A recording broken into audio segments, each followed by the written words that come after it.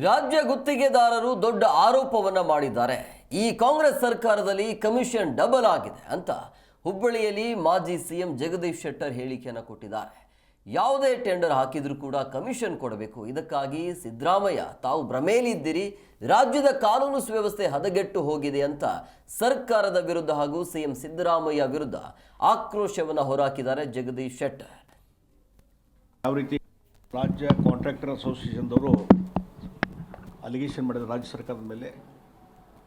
ಯಾಕಂದರೆ ಹಿಂದೆ ಭಾರತೀಯ ಜನತಾ ಪಾರ್ಟಿ ಸರ್ಕಾರ ಇದ್ದಾಗ ಕಾಂಟ್ರಾಕ್ಟರ್ ಅಸೋಸಿಯೇಷನ್ ಏನು ಅಲಿಗೇಷನ್ ಮಾಡಿದ್ದು 40% ಕಮಿಷನ್ ಅಂಥೇಳಿ ಅದೇ ಒಂದು ಇಶ್ಯೂ ತೆಗೆದುಕೊಂಡು ಹೋರಾಟವನ್ನು ಮಾಡಿದರು ಕಾಂಗ್ರೆಸ್ಸವರು.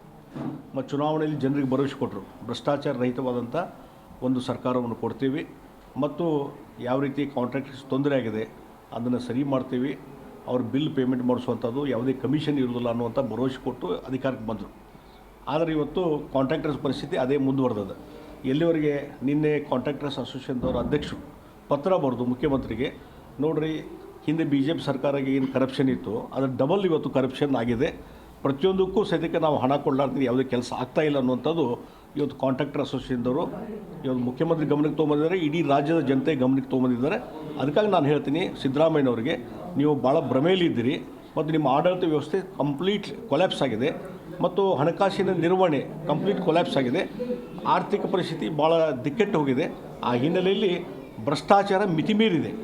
ಈಗ 40% ನೀವು ಅಲಿಗೇಷನ್ ಮಾಡಿದ್ರಿ, ಆ ಡಬಲ್ ಅಂದರೆ ಈಗ 80% ಆಗಿದೆ ಅಂತ ಅನ್ನಿಸ್ತದೆ.